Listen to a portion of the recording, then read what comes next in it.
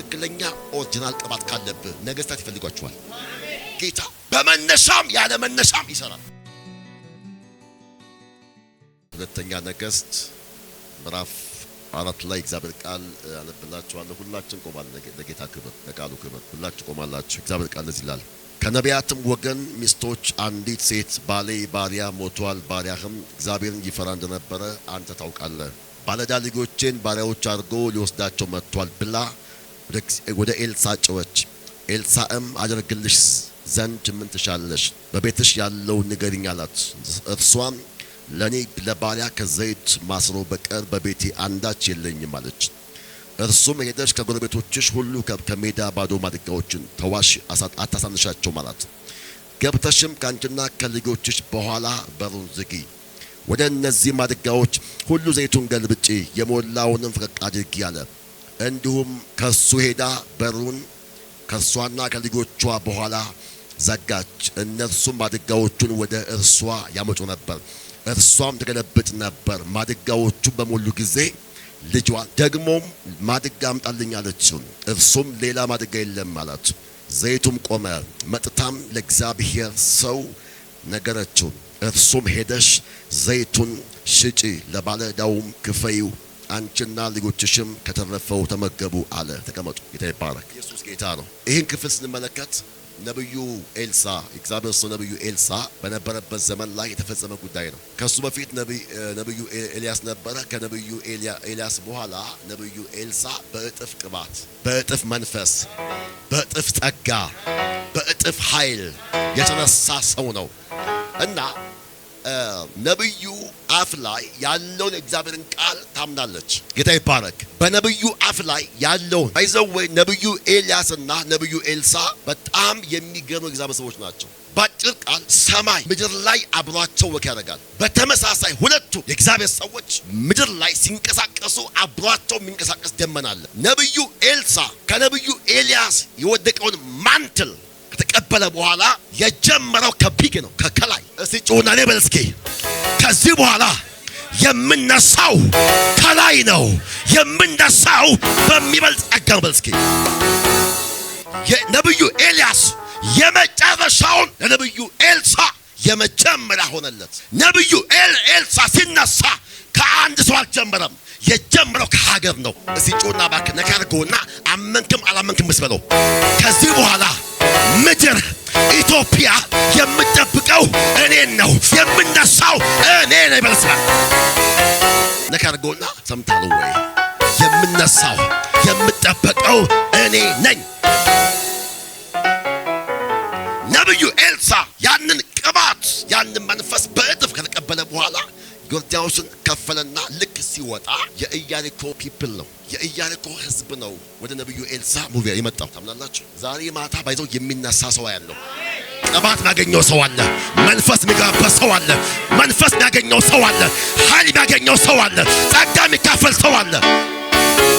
አንድን ሰው ሳይሆን ኔሽን ህዝብ የሚያስከትል ቅባት፣ የሚሰበስብ ቅባት ወደ አንተ ይመጣል፣ ወደ አንተ ይመጣል፣ ወደ አንተ ይመጣል።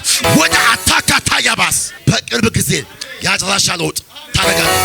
ነብዩ ኤልሳ ከተቀበለ በኋላ ከከፈለ በኋላ ልክ ሲሻገር የኢያሪኮ ሰዎች ወደ ነብዩ ኤልሳ መጡ። ምን ብለው? ጌታችን ሆይ ያሉ። ቅድም ምን ብለውታል? በዚህ ቆይ አትከተለው ስነካርጎና እኔ በልስ ባክ የምከተለው የምሰማው ሰማይን እንጂ ሰውን አይደለም። በለስከ እኔ በልስ ባክ ከዚህ በኋላ ሰው አልሰማም፣ ሰማይ ሰማለሁ። ሰማይ የሰማው እከተላለሁ። አላ ኢየሱስ ጌታ ነው። ቅድም እኮ ብለውታል። አንድ ግልገላ ጋር፣ አንዴ ቤቴል ጋር፣ አንዴ ኢያሪኮ ጋር። ቆይ አልቆይም ስነካርጎና ቀጣይ ዘመን በስፋክ ቀጣይ ዘመን ላይ ቀጣይ ጊዜ ላይ ክብር አለ፣ ቅባት አለ፣ መንፈስ አለ፣ ጸጋ አለ፣ ጥሪ አለ። አልሰማችሁ በልስኪ አልቆይም በልስኪ ሰማይ የሰፈርን ሰው ከሰማ ትቀራለህ፣ ነገር ግን ንቀ ካለፍ ደሳለህ ትገባለህ። የከተማይቱን መርገም ከሰበረ በኋላ ነው እንግዲህ ከሰበረ በኋላ ምዕራፍ 3 ጋር ስንመጣ 3 ነገስታቶች ወደ ነብዩ መጥተዋል። እውል ባይዘው ወይ ትክክለኛ ኦሪጂናል ቅባት ካለብህ ነገስታት ይፈልጓቸዋል። ከሰፈር ያለ አንድን ሰው ከማገልገል ያለፈ ነገስታት ተኮር፣ ህዝብ ተኮር፣ ሀገር ተኮር ቅባት ያገኛቸዋል።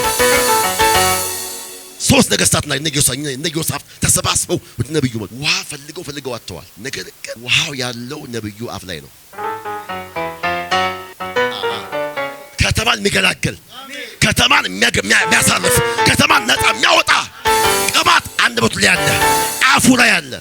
ነገስታቶች እዛም ይሞክራሉ፣ ውሃ የለም። እዛም ይሞክራሉ፣ ግን አጠገባቸው ውሃው አለ። ነብዩ ጋር ውሃው አለ፣ አፉ ጋር ውሃው አለ። አረ ኢየሱስ ጌታ ነው። ይኸው ዛሬ ማታ ቅባት ይገባባል፣ ትካፈላለህ፣ ታገኛለህ።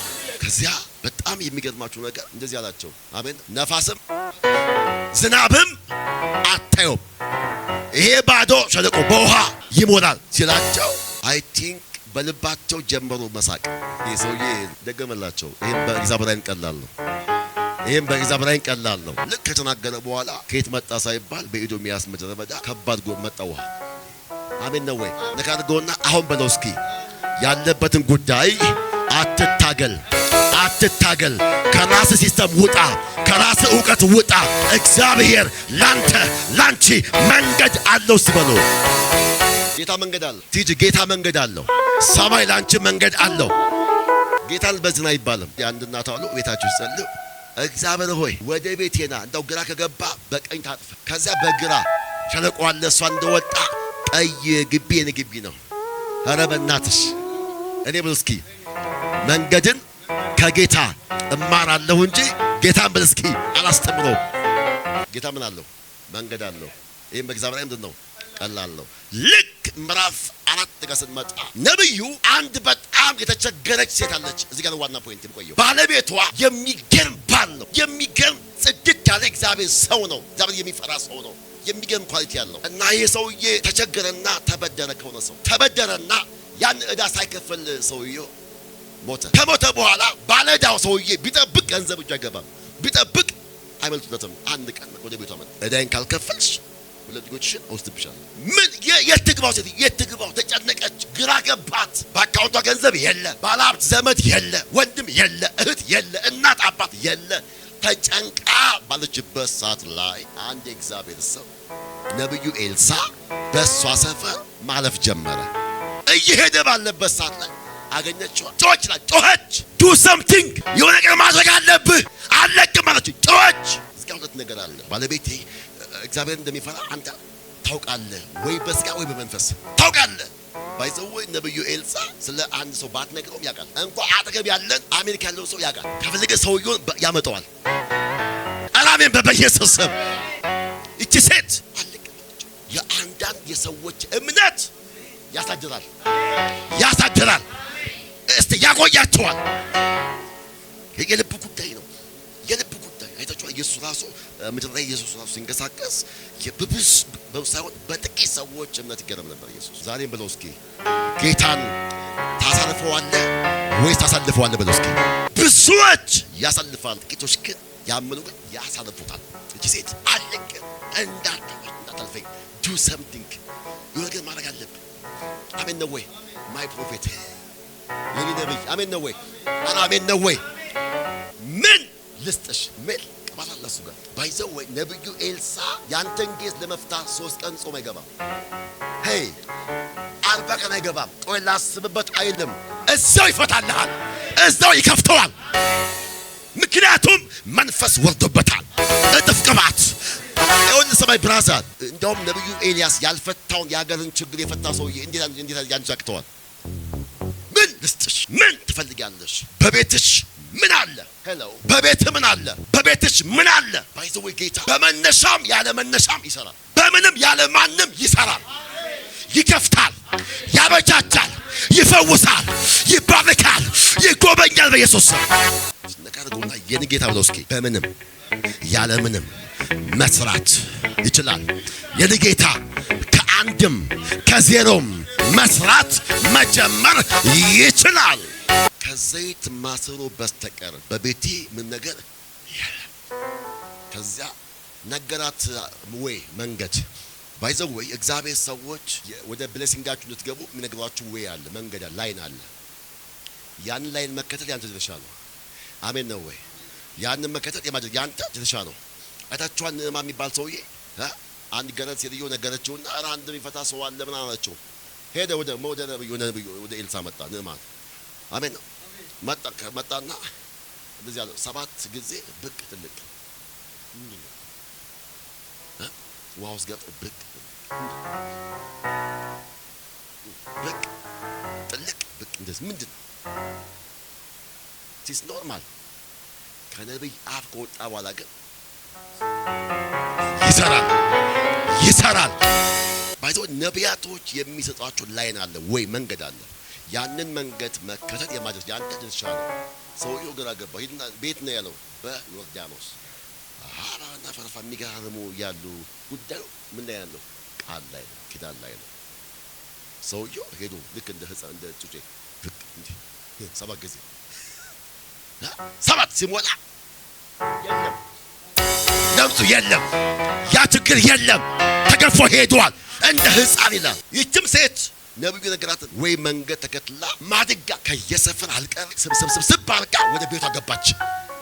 ከዛት በርሽ ምን በይ ከኋላ ምን ዝጊ፣ ዛሬ ማታ መልስ እባክህ በሬን በል እስኪ እዘጋለሁ፣ ቅባት እቀበላለሁ።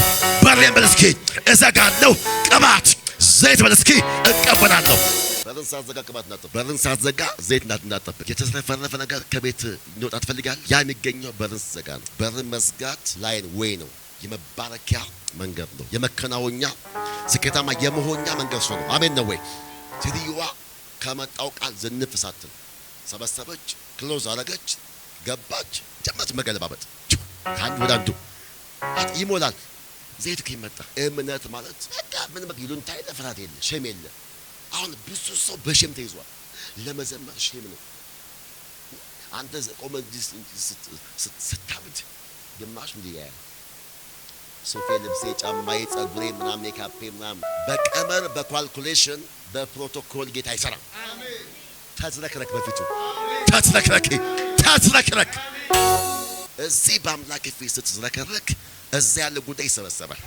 ዝግለበት ዘይት ይፈስ፣ ዝግለበት እዛ ስትስስጅ ማድገዋለቅ የመጣ ሁሉ ምን አለ ሞላል። እባክህ ጭውና ከዚህ ማታጅ መብል እስኪ በኢየሱስ ክርስቶስ በል እስኪ ባዶ ነገሬ በዘይት በቅባት በጸጋ በመንፈስ ይሞላል፣ ይትረፈረፋል።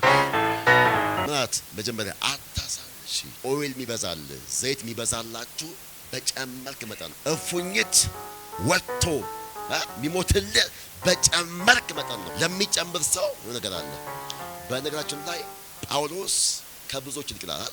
ጭራሮ መጨመር አለ። በጨመረ መጠን ነው እፉኝት ወጥቶ እጁን ይኸውልህ መጸለይ ስትጨምር ችግር ይነሳል፣ ወጀብ ይነሳል፣ ማዕበል ይነሳል።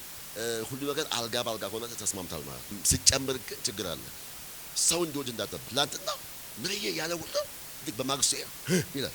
ሁሉ ጊዜ የእግዚአብሔር ዓለም የእግዚአብሔር ነገር ወይ አለው፣ ስርዓት አለው። አሜን ነው ወይ? አካሄድ አለው። ኢየሱስ ጌታ ነው። ሴትዮዋ አበዛች፣ ጨመረች። በዛው መጠን ነው ዘይቱ የበዛው። አሁን ጉባኤ በማንኪያ የመጣ ሰው ማንኪያ ይዞ መጣ ሰው ማንኪያ አካፋ ይዞ መጣ አለ፣ ጋፎ ይዞ መጣ ሰው ክሬዚ። አሜን ነው ወይ? ሲ ቢሊቨር ማመን አለበት። አሜን ክሬዚ ቢሊቨር ያበደ አማኝ። ኢየሱስ ጌታ ነው። አሜን ነው ወይ? አታሳንስ፣ ጨምር፣ መጸለይህን ጨምር፣ ቃል ማንበብ ጨምር፣ መዘመር ጨምር፣ ማመስገን ጨምር፣ መጠበቅ ጨምር።